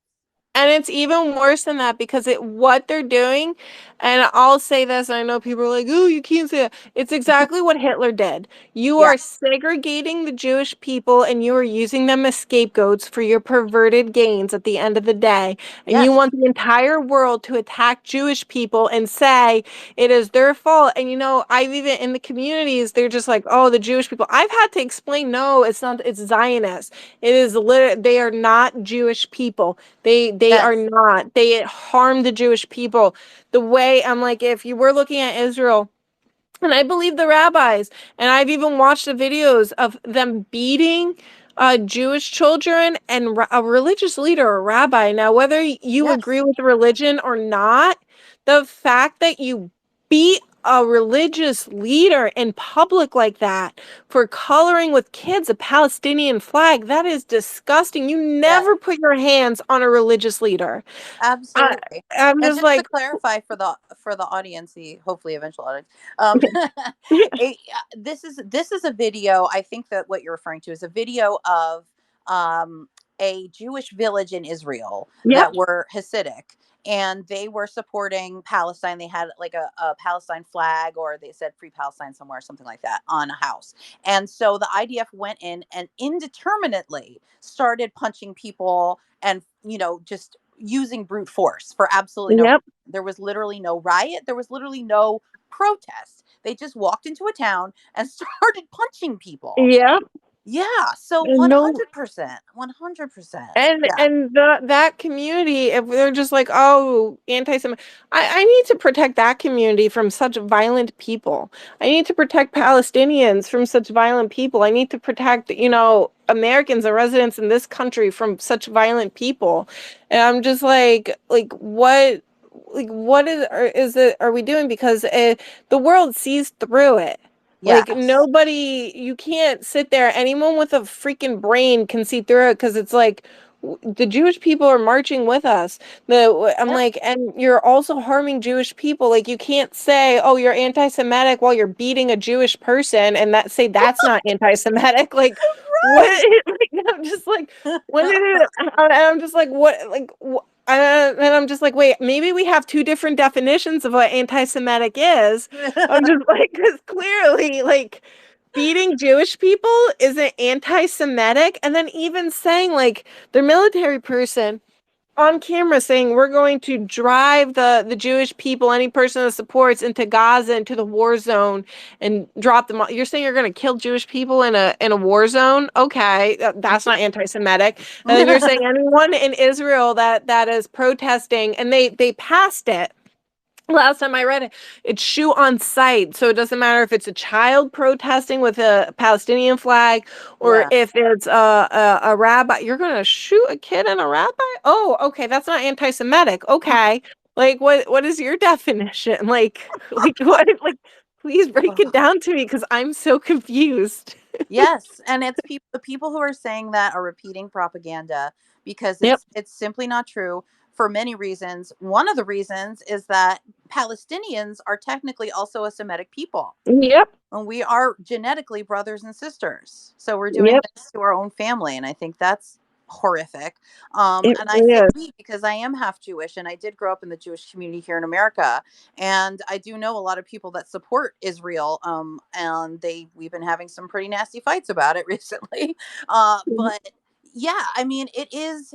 I'm glad that you made the I'm glad that you made the analogy that this is very much like the Holocaust, because unfortunately, I think that a lot of torture, or maybe torture is not the right word, but a lot of oppression tactics that they're using now, we did see in the Holocaust, right? Mm-hmm. They did ghetto us before they concentration camped us, and we're seeing a lot of just really abandoning babies. We're seeing the unmarked graves. I was just talking to, I'm sorry to get a little bit emotional, No, but I it's was just an talking emotional to, topic.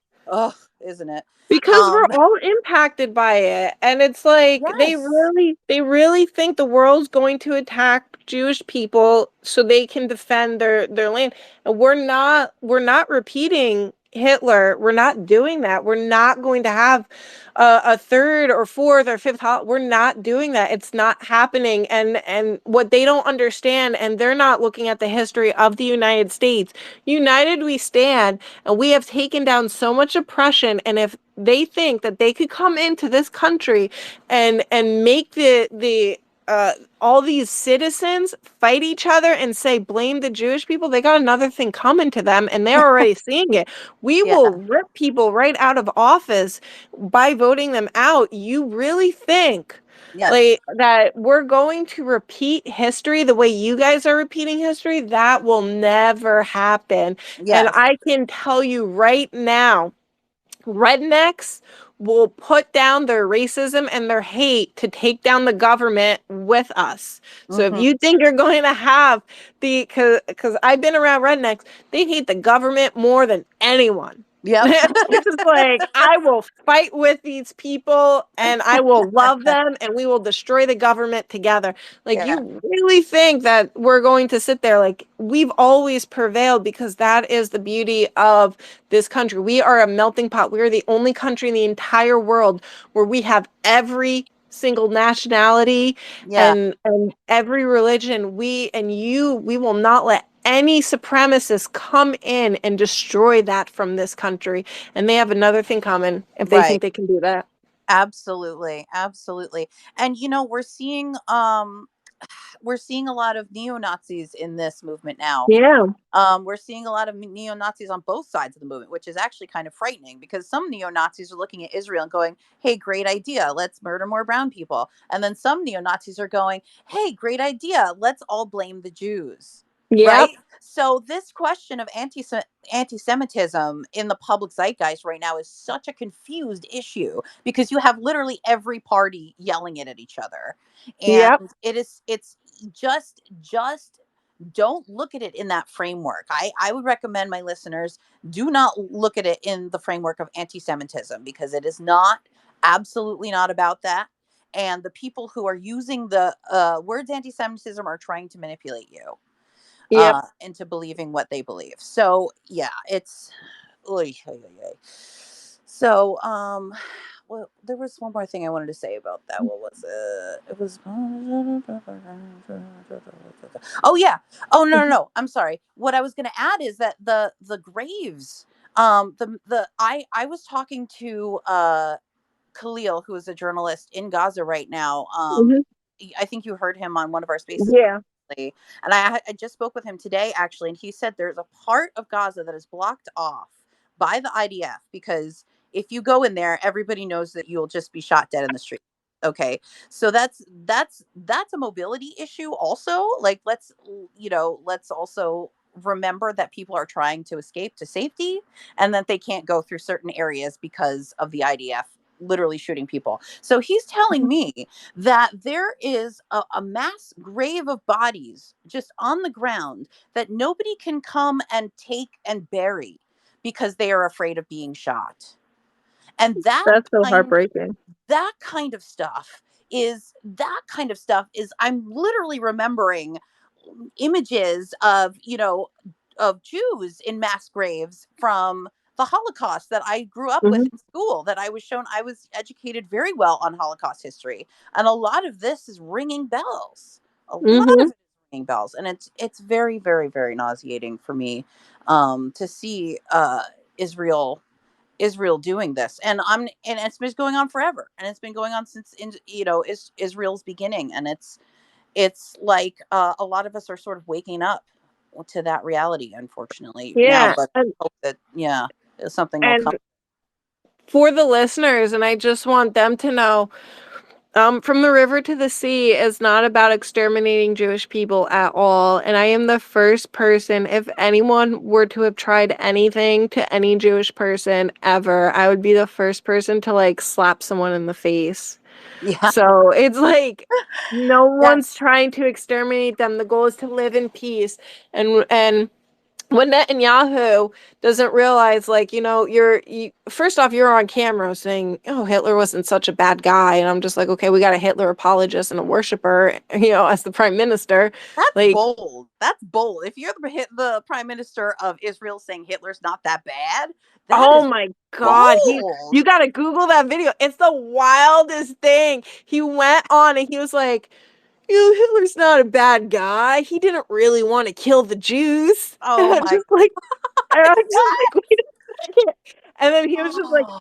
he was like, you know who really told him? It was a Muslim man, and he said his name. And then they disproved it, and they were just like, no, Hitler was already engaged in a constant in the World War. And then 2 years after he met with this Muslim man, it wasn't the Muslim person that told him to do that. And the talks was, from what I read, was he was trying to like get peace and like get him to stop, but it was just like Oh my god. yeah, I'm just like, you really, I'm like, okay, so I got a Hitler worshiper like as the prime minister, and nobody sees that. I'm just like, if Yeah. anyone ever said to my face that Hitler wasn't a bad guy, I would like turn my head and be like, what the? Right. And I've worked with some really sick people, and like, I've Yeah. even like people that like were like, what was that famous serial killer that oh my god, he broke into houses, he had the girls kill The the son of girls guy. the girls kill the family, and he went to jail, but he's still alive, and people are sending him letters. Charlie something. Yeah. Yeah. um I'm so bad with names. Yeah, no, Right. that's okay. But that guy, even people that like thought he was good, or Reverend Jim Jones was good, they would not think Hitler was good. I'm just like, and these are some sick people. They're just like, there's some people that are like, I get what they were trying to do. I get their ideology, but they're just like, Hitler was just evil. And I'm just like, okay, like if you can rationalize this, but you can still say that this guy was evil. I'm just like, Right. and then we have a prime minister that says he wasn't a bad. I'm like, okay, so he is just fucking gone. And this Yeah. guy who's got like no sense and no law, that man is just 5,000 years somewhere else. Like he's just gone. Oh. I'm just like, and he's running Israel. And then you also have in it, like, and it's just heartbreaking. You have innocent Jewish people that refuse to join the IDF, and they're getting harmed and going to jail, and they're being abused and beaten for not joining the IDF, and they're Yeah. just like, they're being punished for not. I'm like, what kind of democracy is that? I'm Yeah. like, what? I'm like, what? Like, how does no one see this? Well, but we all see this.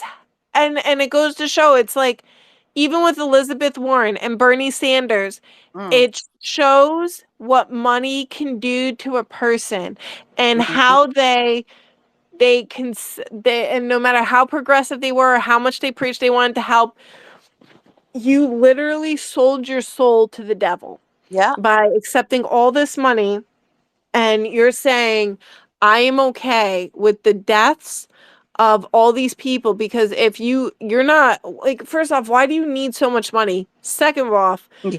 you don't want to return that money, Yeah. for like, return the money and buy your soul back, Yep. like, give it up, like, who cares? And it's just like, and when Elizabeth Warren, and I even forgave her for pretending to be an indigenous person and whatnot. That's kind of And you. yeah.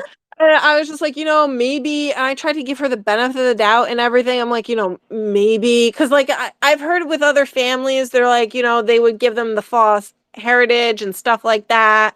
And like when they got older, they realized they weren't that heritage and stuff like that. So I'm like, okay, I've heard of cases like this. So like, I'll give you the benefit of the doubt. But then when she's just like, no ceasefire, and I'm just like, okay, I was wrong. I gave you the, and it's like, I give people the benefit of the doubt because I'm like, okay, you have the opportunity to make amends and do better, and you have this floor and this power, and you can do better. And like, she's just referring to Palestinians as they're all Hamas and they're human shields. And I'm Oh, just like, okay, yeah, no, all right, I made a mistake. You're not a good person in any way, shape, or form. yeah. And Bernie Sanders, I'm like, you were the beacon of hope, and you literally had America. If you told Americans to go storm the White House, we would have all stormed the White House for Yeah. you. Like Yeah. that's how much power you had, and you chose to throw it all away for Yes. what? For Yes. what? For a book deal and a comfy retirement. That's what. And he had the comfy retirement, and he could have still had the book deal. Yeah, that's true too. It's like you literally would have had everything, but it's like, what's the point? And where these people are going, you can't take the money with you, and if you did take it, it would burn up. Yeah. So like what's the point? Like if you're just like, oh, I wanted to leave, money for you had money for your family. The entire country would have taken care of your family just Yes. based off of your name alone. You don't need to kill kids. You don't need to freaking murder innocent people to have, money and security for your family. And this is where it's like they don't even trust us, the citizens, the residents of this country. They don't trust us at all to help them. It's like we Yeah. voted you in out of trust, and you're saying you don't trust us to take care of you. We Yeah. would have gone to bat for you guys. And then it's like, even I have a lot of disappointment in AOC and the squad too. It's like you Hmm. guys can't even speak up, and now they're speaking up against police brutality. I saw a post today, and then they're speaking up against and they're saying we don't want to do this, with Palestine. I'm like, but this didn't just happen. Why Right. haven't you been speaking up? And it's voting season. Are you trying to get money? Do you guys Yeah. really care? Because it's like, why haven't you guys spoken up? And I'm curious, like, give a reason. And you know what? And this is the beauty of like this country. It's like, look, we're all forgiving people in different variations. Like, accept accountability, and that's the a part of being a great leader is realizing you made mistakes and saying, okay, I'm listening to you guys. I'm going to do better, and this is how I'm going to help out, and we're going to fix this together. I'm going to listen to the voters. And we're going to say, okay, you listen to us, so we're going to vote you in because not everyone listens to us. Like, you have the power right there. So it's Yeah. just like, why now do you guys care? Why? Versus all the years that you've had the power, why haven't you cared before? And why have you always voted yes to funding Israel, but now you're fighting to defund? Like, this didn't just happen overnight. This has been going on since 1948. Like, what's Yes. happening now? Yes. Yes. You're totally right. Oh my goodness. Well, do you want to do you want to sort of talk about do our little like Hey John Stewart clip? Oh yeah. Yeah. Since we're all fired up. Um so hey John Stewart, let me introduce you to your new senator, Christina Amira Khalil. And that's what we would be saying if we had your help right now. Yes, John Yes, Stewart.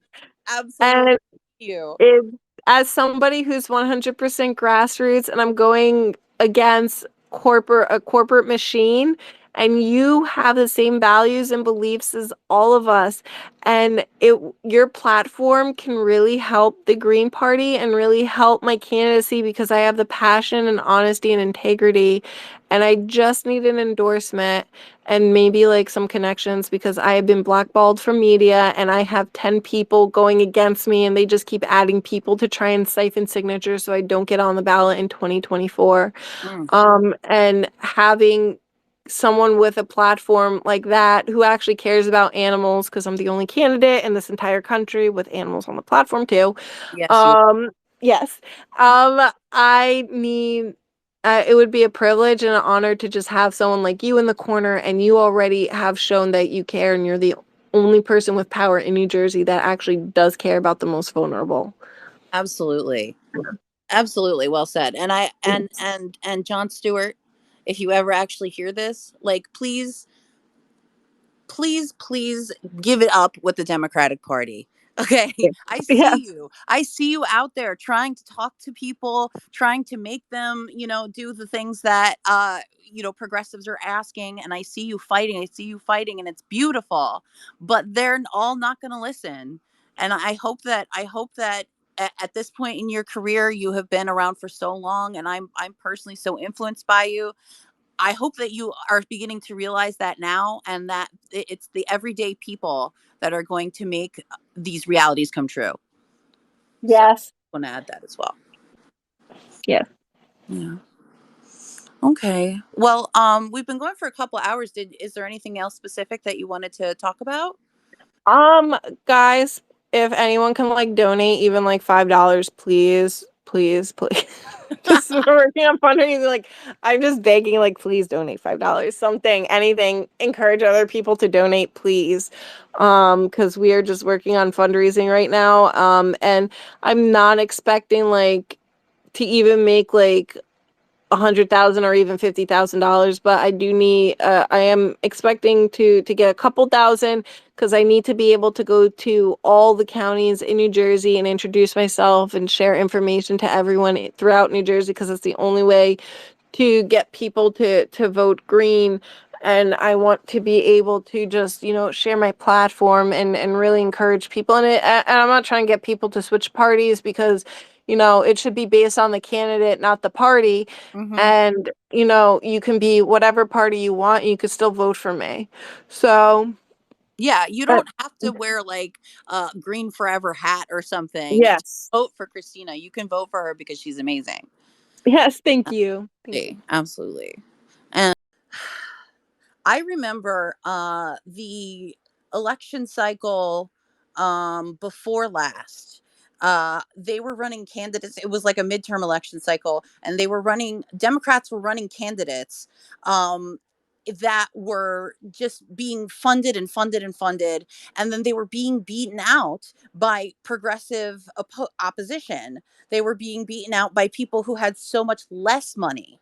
And so I just want to put this out there, for John Stewart and anybody else that may or may not be listening.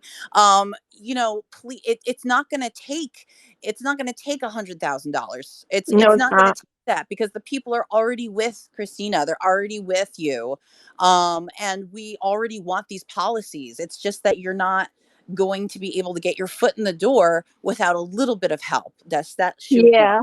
Yeah. And the New Jersey already put it into place with the last election and I'm not going to be able to debate Menendez or the Republican opponent Ugh. because I have to raise $750,000 in order to debate. So unless New Jersey protests to get me into the debate, they purposely already cut me out, and unless I raise over 500,000, which is like unrealistic to ask for that much money from just the country during inflation, you know what I mean? Ah. So I'm just like, I just need enough donations to be able to just get through New Jersey. And my staff, it's all volunteer. So if I have anything left over after the campaign, I'm going to split it up evenly for all the staff members that have helped me.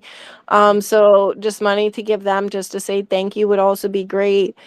Because we're all working and some of them are going to school and doing this, and it's just a lot. And people, it's like to have just that small amount behind me to believe in me is just amazing. And I just want to be able to like grow and really help because it doesn't have to be this way. We don't have to be involved in genocide. No. Nobody has to die. And no one has to suffer anymore. It just does not have to be this way. And if you put your faith into me, I promise I will not let you down. I would even entertain you with my sarcasm. So, yeah. Um, and You I already will, are. You already yes. are. And I would even work for the people. Like, I work for the people. I will never work for corporations, and I will call the people out. The only way millennials know how to call people out. So it's just, yeah. So Yeah. please, please, please. And I appreciate everything. And just those that even listen to this or share it or even like hashtag me or even check out my website or whatever you guys do. I Yeah. appreciate it. Everything helps. Everything Yes. boosts in the algorithm for sure. But thank you so much for joining me today. I really appreciate this. Was such a great conversation. Oh, thank I'm so you. glad to know more about you as a person and as a candidate. And I am 100% for you, Christina. And Oh, oh, and thank you. let's hear where we can follow you. Go tell me your Twitter handle and your website. So Christina for New Jersey on Twitter, And my website is Khalil for Senate. So KHALILFORSENATE.com. So KhalilForSenate.com is my website, and my TikTok and Instagram and Facebook and Twitter is all on that website.